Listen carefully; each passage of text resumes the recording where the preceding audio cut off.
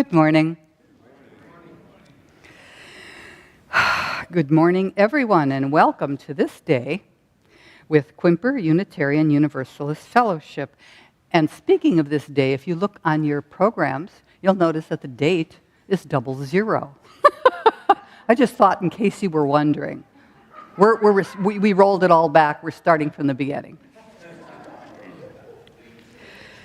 And I'd like to just take a moment, if anybody has a cell phone, and if that cell phone is still on, if you would put it in prayer mode, that we'd appreciate that. And whoever you are, wherever you're from, whomever you love, and whatever your faith tradition, you are welcome here. My name is Aly Galm, and I'm a member here at QUUF. I'd like to begin this service by acknowledging the water and the land, the shorelines here in Port Townsend are the traditional territories of the S'Klallam and Chemakum peoples. We honor and acknowledge our indigenous members and neighbors and vow to help restore and sustain these homelands. As we call our time together, let us settle our minds, calm our hearts with the ringing of the chime.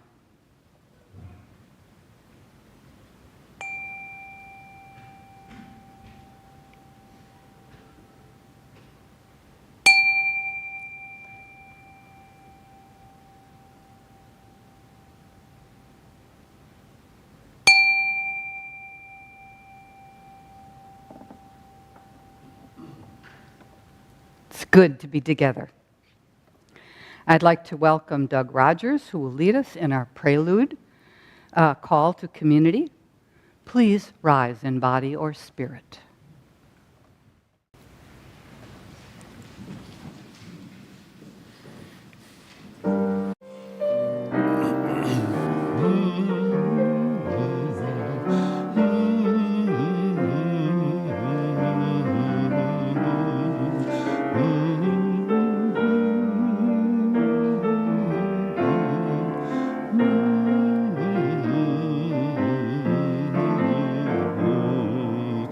Gather the spirit of heart and power, our separate fires will kindle one flame.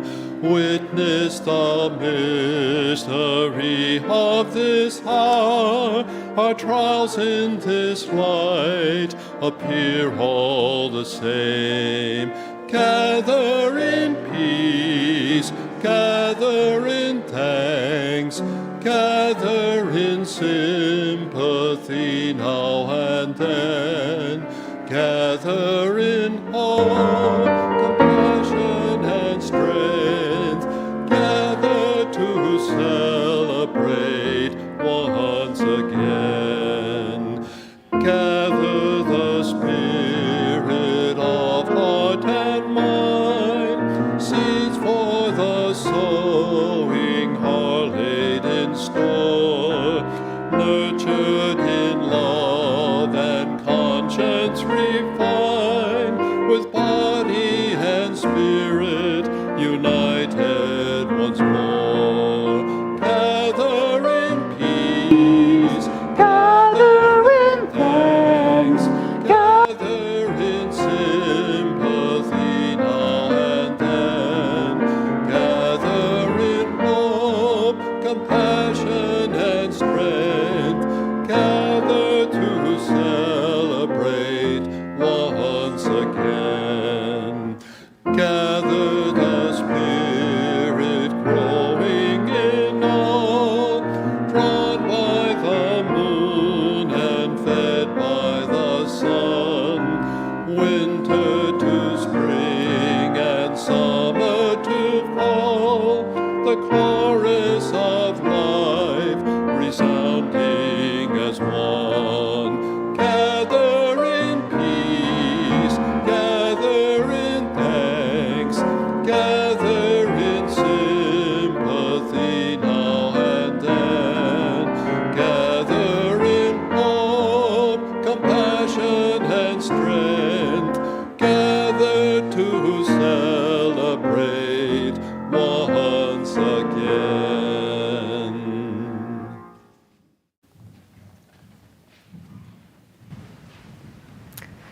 Thank you, Ikue and Doug.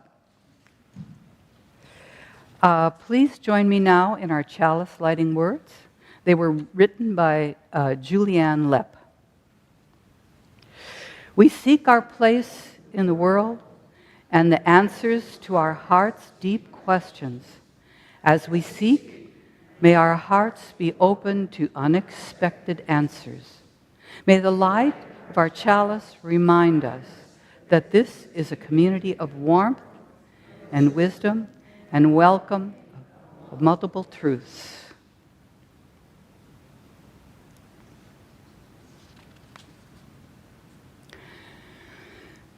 Thank you. Our opening words are very short, and they're by Daniel Deardorff. A myth is a story that tells a sacred truth without the use of facts.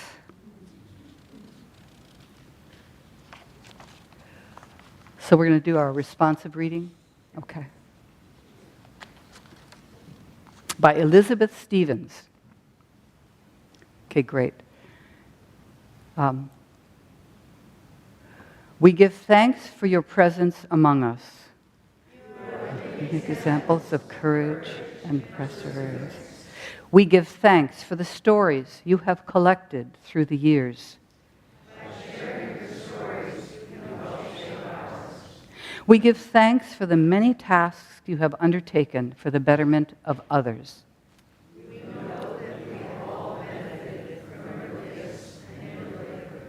We give thanks for your patience and your forbearance. We know that getting older is not easy. Thank you for modeling aging with grace. We promise this day to do what it takes to make your continued participation possible. We promise to listen carefully when you speak. We promise to carry forward the work of this community. We promise to journey with you in the years to come and to support you in ways that you deem helpful in the years you have left on this earth. Matters to us. You matter to us. Let us be grateful for the gifts that come as generations meet and mingle.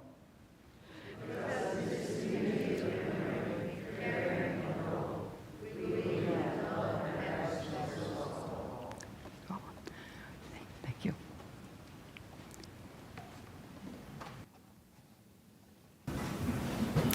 What we would like to do now is acknowledge and welcome those of you who are visiting us this morning.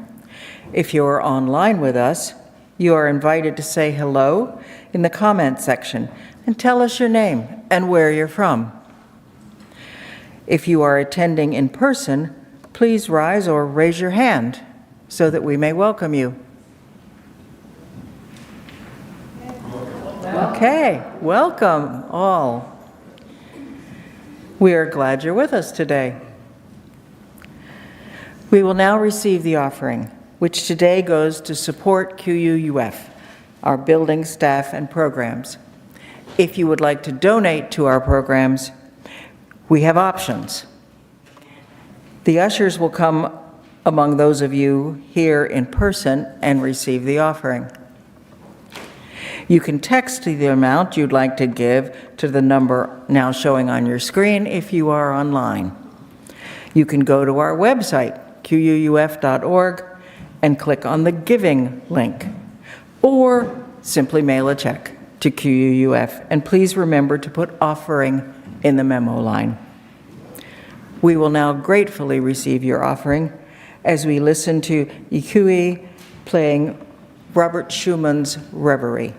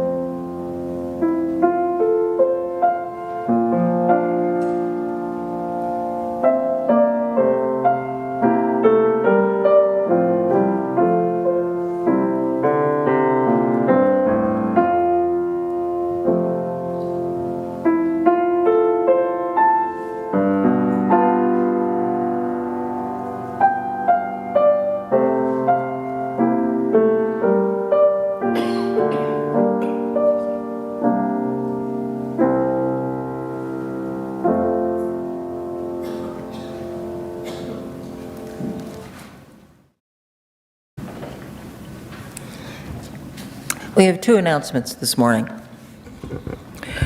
On August 9th, QUUF will be hosting 30-some young cyclists from Bike and Build to help with a habitat build here in our community. They will be here staying for 2 nights in the RE building, and we would love some help providing 4 meals for them. Dinner on August 9th and 10th, and 2 breakfasts. Please check the kiosk sign up out in the hallway if you are able to help with that, and help keep these biker builders nourished, and that takes a lot of calories. It's time for a slideshow stalling all of you. We want to see what you value most. So please send photos of yourself with or doing something that is important to you. Photos should be sent to selfie@quuuf.org no later than July 30th. That's 1 week from today. Okay? We will now share our joys and sorrows.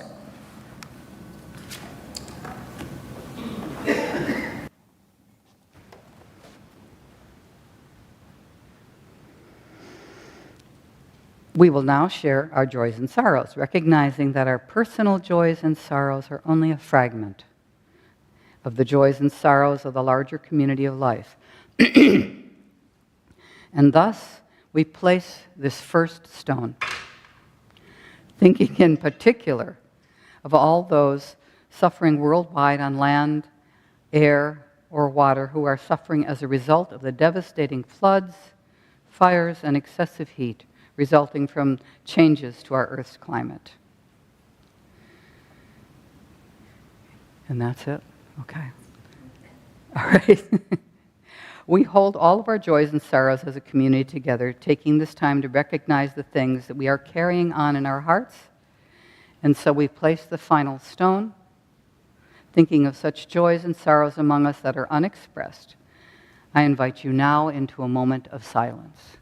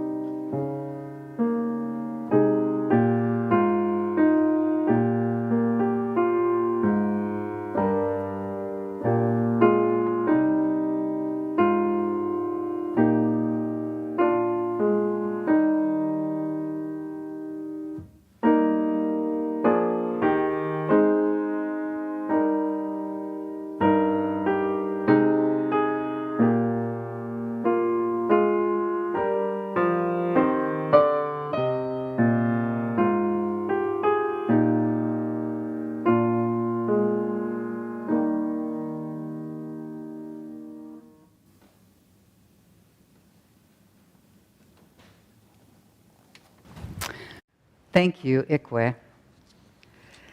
Now I'm going to I'm going to do a reading, and this is from Heather Forrest from a book called Wisdom Tales. It's called Naked Truth and Parable. Naked Truth walked down the street one day. People turned their eyes away. Parable arrived, draped in decoration. People greeted Parable with celebration. Naked Truth sat alone and unattired. "Why are you so miserable?" Parable inquired. Naked Truth replied, "I'm not welcome anymore. No one wants to see me. They chase me from their door." "It's hard to look at Naked Truth," Parable explained. "Let me dress you up a bit. Your welcome will be gained." Parable dressed naked truth in stories, fine attire, with metaphor, poignant prose, and plots to inspire. With laughter, tears, and adventure to unveil, together they went forth to spin a tale. People opened their doors and served them their best. Naked truth, dressed in story, was a welcome guest. And we have a special music today. The QUF recorder group, and it's going to match.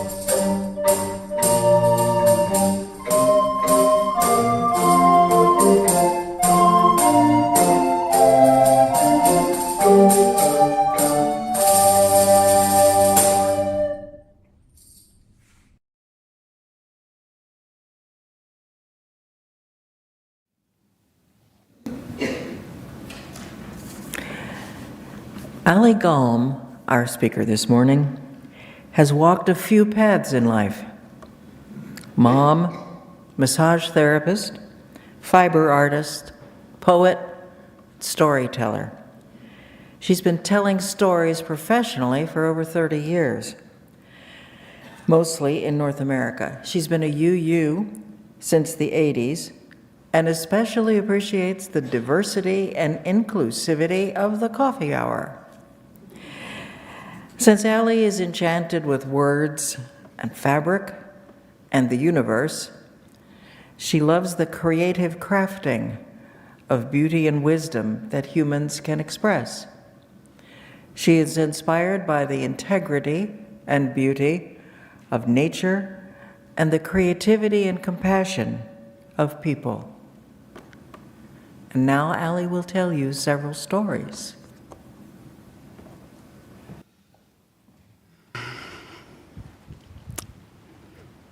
Well, I have to tell you first that I'm very lucky to be, when I tell these stories, I will be accompanied by the famous John Galm. Everybody knows John, right?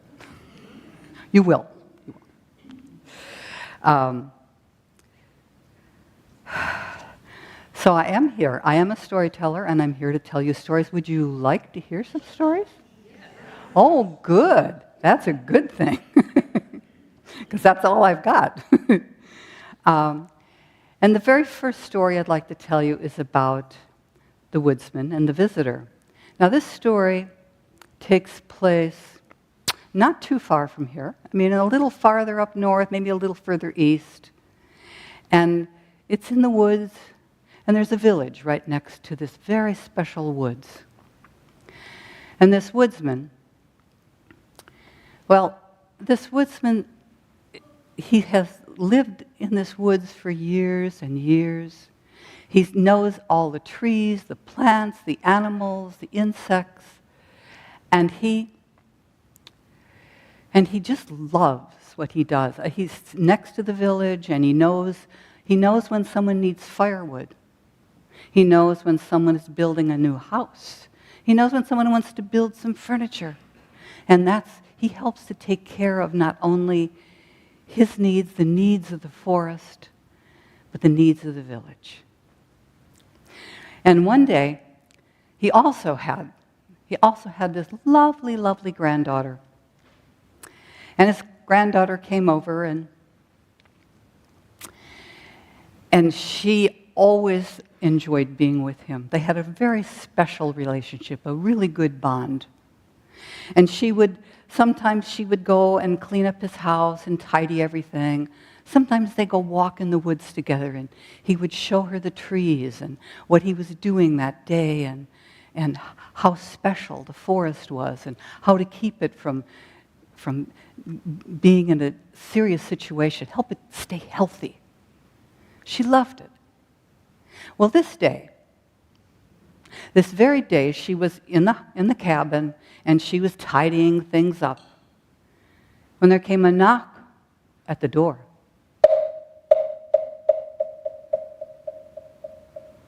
I don't know, it was kind of a creepy knock.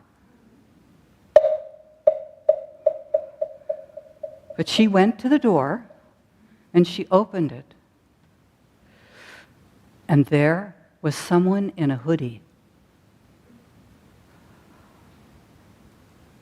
And the person said,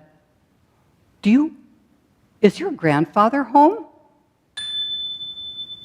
No, my grandfather's working. He's gone. And she slammed the door. And she was creeped out, you know? There was this cold chill, and she was scared. And she began to cry, and she just didn't even know why. And her grandfather came home and found her crying. He said, "Honey, what's the matter? What happened?" She said, well, somebody came to the door, and did they hurt you? No. They were just scary. They were creepy. Well, and they were wearing a hoodie. I couldn't even see their face. Oh, wow, that sounds a little scary. I'm sorry, honey. Everything's going to be all right. time for you to go home now. So she went home, and he realized that this person in a hoodie was coming for him. And he's kind of going, oh man, I don't know. I always thought I would know. I always thought I would know when it was my time to go. I mean, I feel fine. Everything's fine. I have so much to do. And he worried and worried and worried, and then he thought, oh, enough worrying. I'm going to make myself a meal, a really good meal.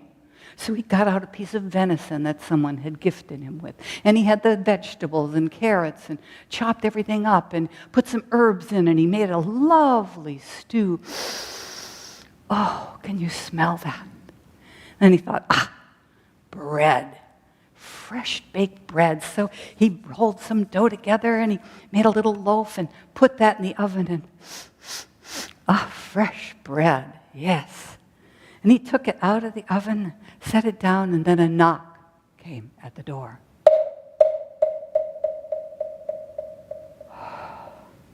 And then he thought about his granddaughter, and he went and he opened the door, and he said, what's the matter with you? You scared my granddaughter. She's just an innocent little girl. What do you think you're doing? What's the matter? Is that fresh bread I smell? Oh, yes. Oh, forgive me. I'm sorry. Forget my manners. Please come in. Come in. And he came in. Sit. And he sat down. Would you like some stew? Yes, please. So he gave him some stew. And he said, how about some bread to go with that? He said, oh, I would love some bread. And butter? Oh, yes. So he put some butter on. Could I have a little more butter? He put some more butter on. And he said, how about just a little bit more? And he put some more butter on. He said, you must be on a keto diet. And he gave him the bread. And then he sat down and they began to eat. And he said, well, when are we leaving? And he goes, leaving? Oh, I'm not here for you. You're not? No. I'm here for the woman down at the end of the lane. She's fighting and struggling, and she just won't let go. And I knew it would take a very long time. But I knew that you would know when I came for you. So I thought I would come and visit for a little bit. Oh, you're just visiting. Wow. Well, great. Good. Yeah, well, hey, let's have some berries and cream. You like a lot of cream, I bet, too. Oh, yes, please. So they ate their meal. And the one in the hoodie left and went down the lane to go back to work. And when the woodsman's granddaughter came over again, they talked about the visit. And he talked about everyone goes this path, and it's not so scary. And it's all right.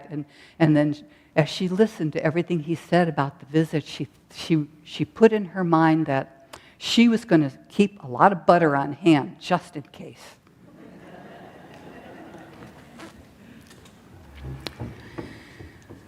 Well, you seem to enjoy that story. Would you like another? Yes. Ooh, all right. Well, this one, we're going to go to the southern United States, where it's hot. So let's go south.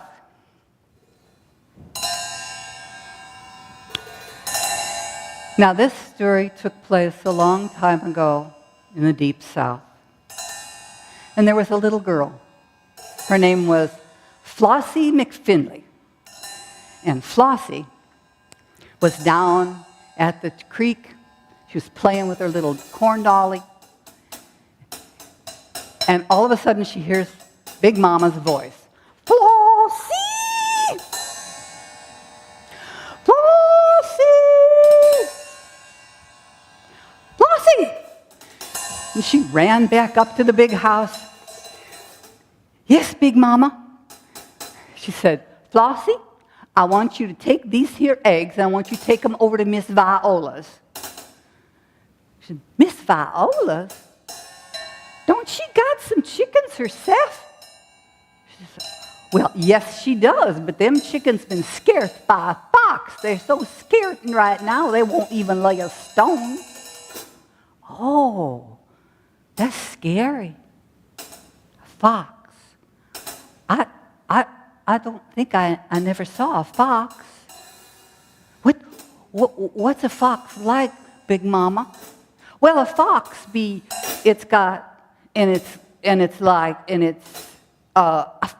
oh, child, a fox be just a fox. But I want you be particular about them eggs. So she put the basket on her arm and she went out the door. Of course, it is the South. It is hot. Whew. If I take this path, it's going to be hot. But if I go through the woods, it's not only cooler, but it's shorter. I'm going to go through the woods. What if I sees a fox? Oh, well, a fox be just a fox. And there's a critter that she'd never seen before, standing on the side of the path. But she remembers her manners. Good morning, Flossie Finley here. Top of the morning to you, Miss Flossie Finley. Look like you have quite a burden there. And his eyes never left that basket of eggs. Well, sir, I believe I don't know who you are. What do you mean you don't know who I am? Wait, what? What? You don't know? You know who I am, right? Look, I'm a fox. I've got this tail and the fur. I'm gorgeous, you know? What are they teaching children these days? I'm a fox, and you should be afraid of me. Well, I don't know that I should be afraid of anything that I don't know what it is. Wait a minute. Are you telling me that you want me to prove that I'm a fox? That's just what I'm saying. Oh my God, I've never in my life had this experience. I mean, I'm a fox. Generations we have run up and down these counties, raiding hen houses. We're famous, we're infamous. Oh, wait, I've got the proof. Look at this tail. Miss Flossie, look at this tail. Oh, that's a very pretty tail. Yes, big, fluffy. Look at the colors, yeah. That proves I'm a fox. Well, I'm looking at them squirrels up there, and they got big, fluffy tails, too. That's it. You was a squirrel trying to fool me. A squirrel? Oh, my God. She called me a squirrel. Me. She called me a squirrel. Oh, my God. Oh. This is crazy. Wait. Look, my fur. I have fox fur. It's very soft and smooth. You can touch it. Oh, that's very nice. Very nice and soft. That's just like my little kitty cat. That's it? You're a kitty cat trying to fool me. A cat? First a squirrel, now you call me a cat? Oh, my God. I'm going to lose my confidence. That's just what I've been saying. You and old confidence are trying to fool me. And here comes Flossie Finley. She's just coming to the end of the path, out of the forest, and right in the distance she can see Miss Viola's house and also J.B. McCutcheon's. And so Fox gathers himself and, wait, I have one more thing. I can prove it. This will absolutely prove it. Well, it don't matter anymore anyway. What do you mean it doesn't matter? What do you mean? I'm a fox, and you're just saying you don't know it. look, I have sharp teeth, and I can run exceedingly fast. She says, well, why it don't matter is because J.W. McCutcheon just caught sight of you with his dogs. And his dogs have sharp teeth, and they can run exceedingly fast. Oh, they know who I am. They know I'm a fox. So do I. So do I. I better take these eggs to Miss McCutcheon's, Miss Viola. And, well, a fox be just a fox.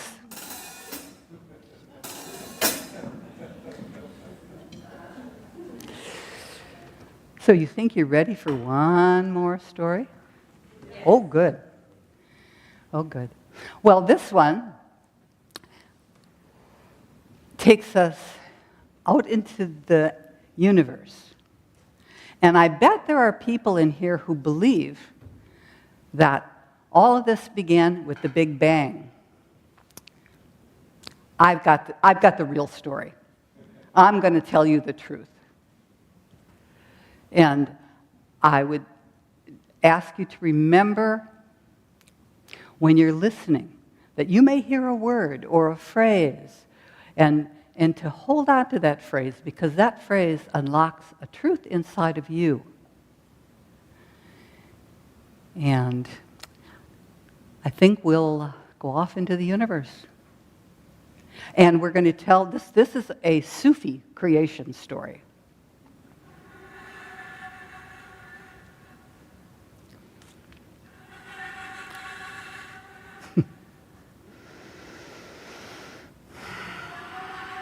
A long, long, long time ago, before the beginning,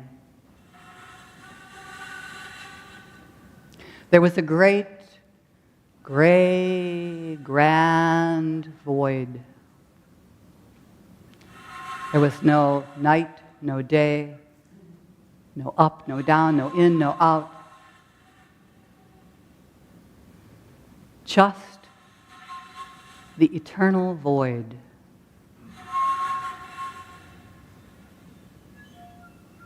And in a moment, the great cosmic dragon arched back on itself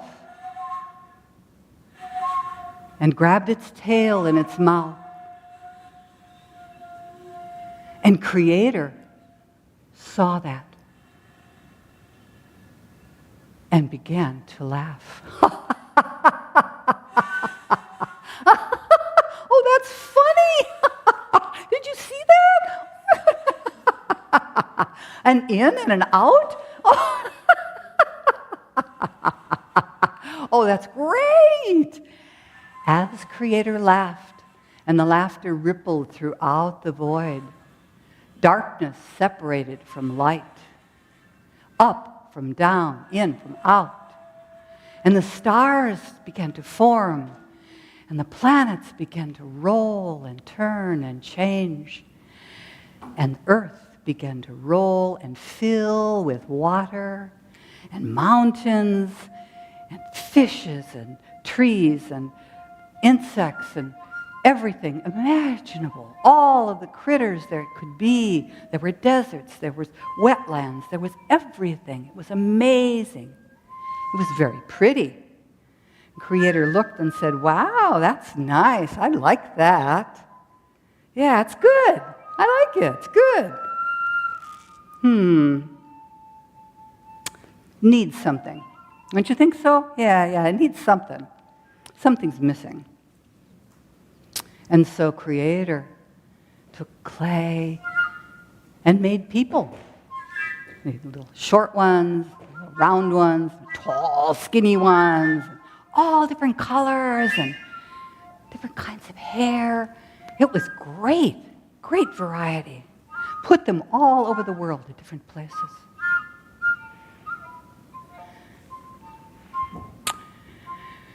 They need something else.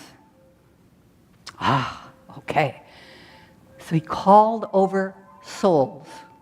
And he said, hey, souls, what do you think of this creation?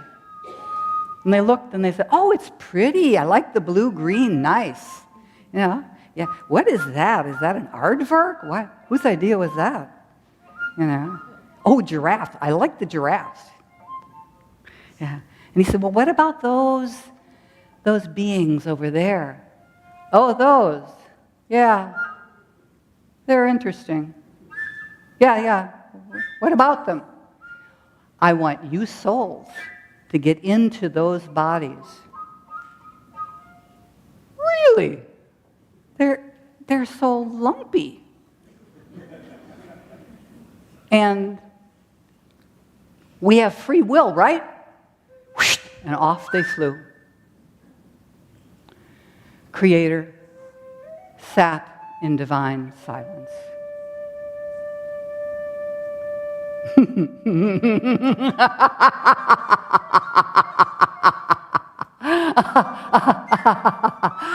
And as the laughter rolled over the earth,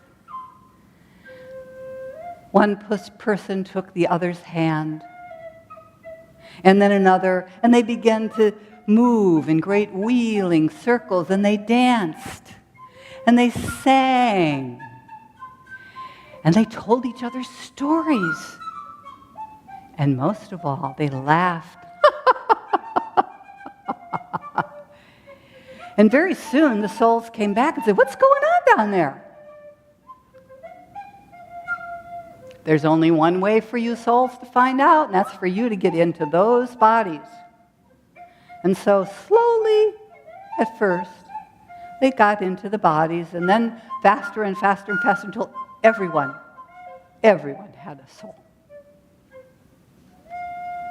And that's how it was from the very first day, from the very beginning, to keep your body and your soul together. You have to dance and sing, tell each other stories, and most of all, laugh.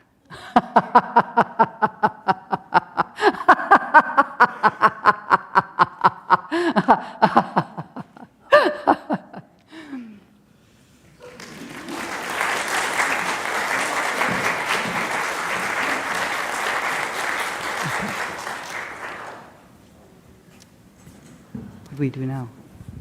Okay. Oh, thank you.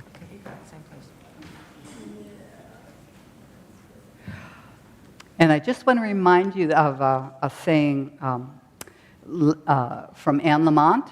You may have seen it on Facebook, called "Laughter is carbonated joy." So our closing song is 108. My life flows on in endless song. Please rise in body or spirit.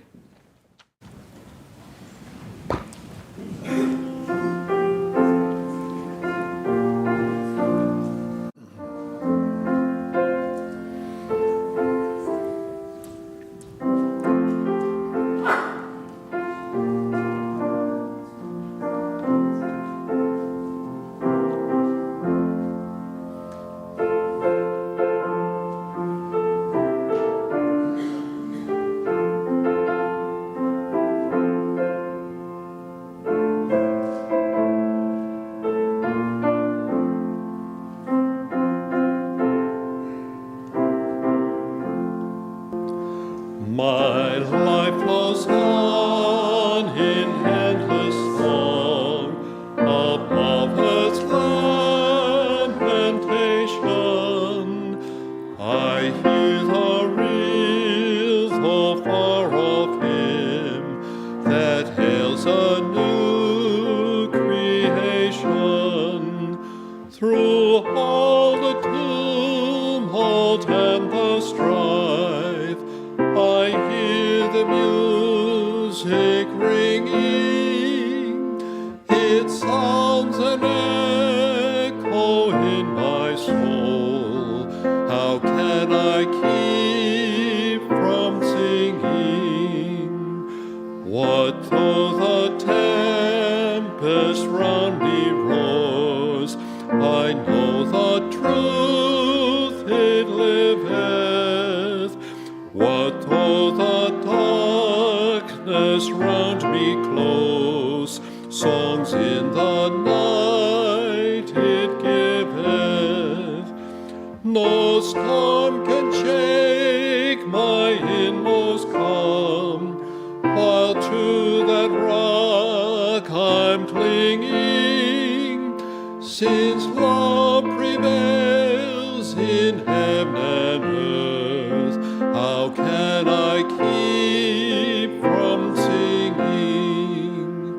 When tyrants tremble as they hear the bells of freedom ringing, when friends rejoice both far and near, how can I keep from singing?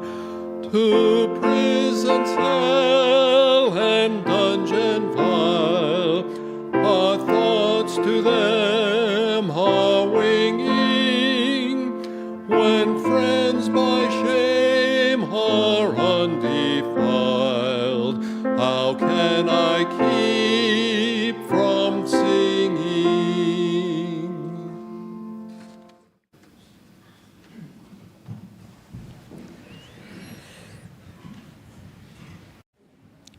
Please join us in our chalice extinguishing words. Good. Extinguish our flame, but not the light of truth, the warmth of community, the fire of commitment, the power of transformation. These we carry in our hearts until we are together again. Next week, Jeremy Wood and Carling Rutenbeck will be speaking on the topic of It Is Enough, It Is Plenty. We hope you can join us. Our postlude today is Jackman Jazz featuring Otto Smith on concertina and Sheila Harwood on piano.